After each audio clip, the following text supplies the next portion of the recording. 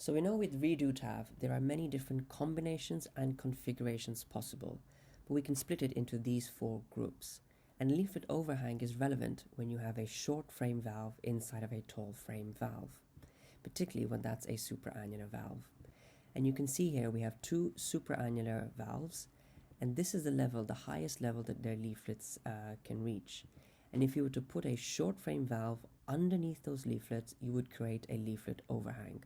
And the lower the second valve goes, the greater the leaflet overhang. And this is how it looks.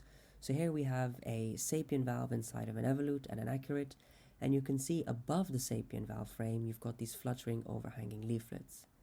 Now the issue is that under fluoroscopy you're not able to appreciate this phenomena, as seen on the left hand side, where above the low sapien valve you would not see necessarily the overhanging leaflets. So let's look at some examples. This is a sapien in a low position inside of an evolute. You can see the Judkins left 4 catheter trying to engage through the evolute frame, which should be open, but you're caught within the overhanging leaflets. This is another example, this time with an EBU catheter. You're trying to access the open cell frame of the evolute, but you are caught by the overhanging leaflets, which is acting as a barrier. This is another example, this time of a sapien in a low position inside of an accurate Neo 2, and you can see the EBU arrives at the position, clockwise rotation, but you can't cross to engage the coronary ostium because you're caught in the overhanging leaflets.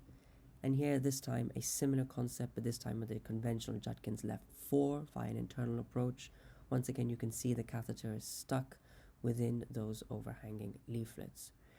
So when you're faced with a redo TAV combination of a short frame in a tall frame valve, this is what you'll see on fluoroscopy.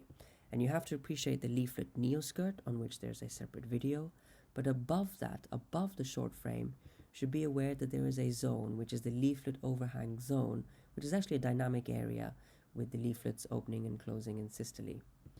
And it follows therefore that if you adopted a conventional cannulation approach to bring the catheter down into the aortic root and then to rotate clockwise or anti-clockwise into position, you would be entering and engaging within that leaflet overhang zone, and this is what you want to try to avoid, thereby deflecting the catheters away from the overhanging leaflets.